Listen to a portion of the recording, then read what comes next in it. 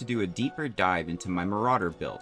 This was first a request by a YouTuber called Cameronat1999 who asked me to create some kind of shaman Viking-esque warrior that used 2 axes, and I kind of ran away with it and created this huge fire-based dual wielding build that I had tons of fun with. Dual wielding axes, this fighter ranger uses the heat mechanics, which I don't really see too much on YouTube, but it does a lot of damage. You do take points of fire damage per round, but we're going to be resistant to it and explode it out when we get hit, or when we time that hit. Both attacking and getting attacked will let us accumulate more of these stacks of heat, and then when it's high enough, we'll toggle it on, making sure that we push the damage back out. This was one of my most popular builds on TikTok. I'm really excited to do a roll for redo on this one, so let's get started with the levels. There are chapters in below, so if you don't want to see the levels and just get to the items and gear, you can go ahead and skip forward. Level 1, I start with Fighter. Immediately we can grab the 2-weapon fighting style, which we'll be using a lot. And we'll have Constitution saves, which is also going to be really helpful. We'll be using Hunter's Mark quite a bit. Stats-wise, I like to kind of push my intelligence back and get a higher wisdom. We'll have some ranger spells, but we're also going to be using Arcane Acuity to have that modifier from that wisdom onto our attacks. And because we'll be dual wielding, we're going to be adding that quite a bit. Moving forward with Fighter to level 3, there is a trick here. I like to throw axes, it's just a fun thing. If you want to be able to throw an axe and have it returned to you, I do suggest that you do a fun trick here where you take Eldritch Knight, you bind your weapon, and then immediately reclass it, then actually take Battle Master. The weapon stays bound until you tell it not to, which is probably a glitch. It's definitely a glitch, but you know, use it till you can't. Moving forward with level 4, I do the dual wielding feat. I'm going to be using larger axes for most of the game, and this is the only way to actually dual wield them. And then at 5, I get second attack, and then from there we'll move on to Ranger. With Ranger, the most important ability at level 1 is getting the resistance to fire. We're going to be level 6 as a full character, so this is around the time we'll be accumulating the heat equipment, and this is going to be really important. For the other one, I grabbed the one that gives me protection first good and evil. The heat equipment is also going to be in Act 2, and there's quite a lot of evil in Act 2, so you can also use this. We're going to have equipment that makes sure that we are concentrating on a spell to do the additional damage. So Hunter's Mark at level 2 at Ranger will take care of that, and so will the protection from good and evil. The other level 2 Ranger spell I suggest grabbing is Healing Word, and then once we'll take another level in Ranger for 3, I would grab Longstrider. Ranger spells suck, but you know, it doesn't hurt to hold on to a bow and have Ensharing Strike. The subclass was a toss. I've actually played Marauder with 2 different Ranger subclasses, Beastmaster and Hunter. I think in the end I land with Hunter and Colossus Slayer more than Beastmaster. I feel like it's only really useful if you're going to take Ranger to level 5 to upgrade your pet, but we're not going to, so, you know. Having the pet is more helpful in early game. The wolf having pack tactics is really helpful, and the bird doing Rend Vision is also really helpful, but in the long run, I think Colossus Slayer is just going to be better. Immediately with level 4 Ranger, we can take an ability score increase to increase our strength and our constitution.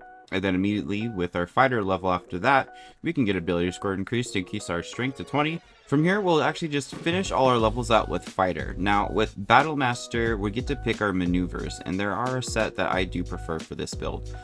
Immediately at level 3, I would have chose Menacing Attack, Tripping Attack, and Riposte. Our attacks are going to either collect heat because the weapon does it, or they're going to do fire damage and then collect heat because of that. And Riposte is going to let us do that when it's not our turn. Menacing Attack is going to help us get advantage on our foe who has large strength, and Tripping Attack is going to get us advantage on our foe who has low strength. The final maneuvers I would pick, it kind of depends. If you have a rogue in the party, getting Commander Strike is a really cool way to get sneak attacks more than one time around, because it can sneak attack outside its turn. It just needs the ability to actually attack. So especially if you have a rogue with Risky Ring on, where they always get advantage, you can just continue sneaking attacking on other people's turns. The other honorable mention is Disarming Attack. Disarming Attack is super helpful, especially with bosses with those big scary claymores. Just knock it out of their hands and snag it off the ground. Now for equipment. Equipment really makes its build as capable as it is, as we wouldn't be able to use the heat mechanic without it. But starting with weapons, the first weapon I grab is the Dragon's Grasp. You can grab this right out the gate at the Druid's Grove. It does additional damage if the target is burning, which is super helpful because, trust me, we're going to be setting a lot of things on fire. And if you're a throwy boy, this is a really good item to bound to if you're going to stick to the axe motif.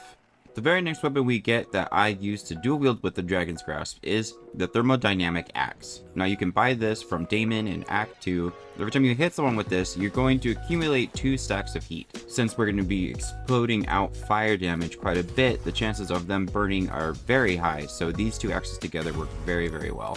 In Act 3, I do replace one of these weapons with Kurin's Kurisar. I'm definitely saying that wrong. It's a scimitar that you get from a grave-digging kobold. It adds D4 fire to your attacks, and it adds the chance of them burning. It's fantastic for this build. Another weapon that you can sub in, it's a little off-brand, but the Flail of Ages is also very helpful, setting people on fire with their ability. And you can turn any axe into a fire axe with the Dragon's Throat Glaive that you can buy in Act 2. But that's a lot of prep time, and this guy already takes enough prep time, so. The next piece of equipment that I'd say is probably the most important are the Thermomagnetic Gloves. You can find these just out in the open in Act 2 in the Shadowlands. Now, every time you deal fire damage, you gain 2 stacks of heat. And because we're going to be wearing a piece of equipment called the Flawed Helldusk Armor, we explode fire damage out every time we are hit, so no matter what action we're taking, we're always getting more stacks. The Ring of Soulful Motion can also be found in the Shadowlands on the ground. This gives us an action that we can use with our bonus action that sets ourselves on fire, and then that also gives us more stacks. I also always use the Strange Conduit Ring, which you can find in the Creche. This does additional D4 psychic damage as long as we're concentrating on a spell. And we're already concentrating on Hunter's Mark, so this is just free damage. Speaking of things we find in the Creche, the Diadem of Arcane Synergy is crazy helpful on this build. You're going to be setting people on fire left and right. You're also going to be using menacing attacks to inflict conditions, which will toggle our Arcane Synergy on, just giving us additional damage with every one of our hits, and we're going to be hitting quite a bit. I snuck additional wisdom on this character by taking Auntie Ethel's hair, and then you can also use Khaled's Gift. It's an amulet you get for doing Jaheira's storyline. It's incredibly easy to do and incredibly easy to get, but if you wanted to use an amulet other than that, because that is an Act 3 item, I would suggest using the Amulet of the Harpers. You can buy it from Tali in Act 2. It gives you a free use of the Shield Skull, which could come in handy if you're low health. Hey, thanks for watching. I hope you liked the video. The Marauder build was a lot of fun to make. I played him for a while too afterwards. Thank you again to CameraNat1999 for the submission. I think it was like 3 months ago.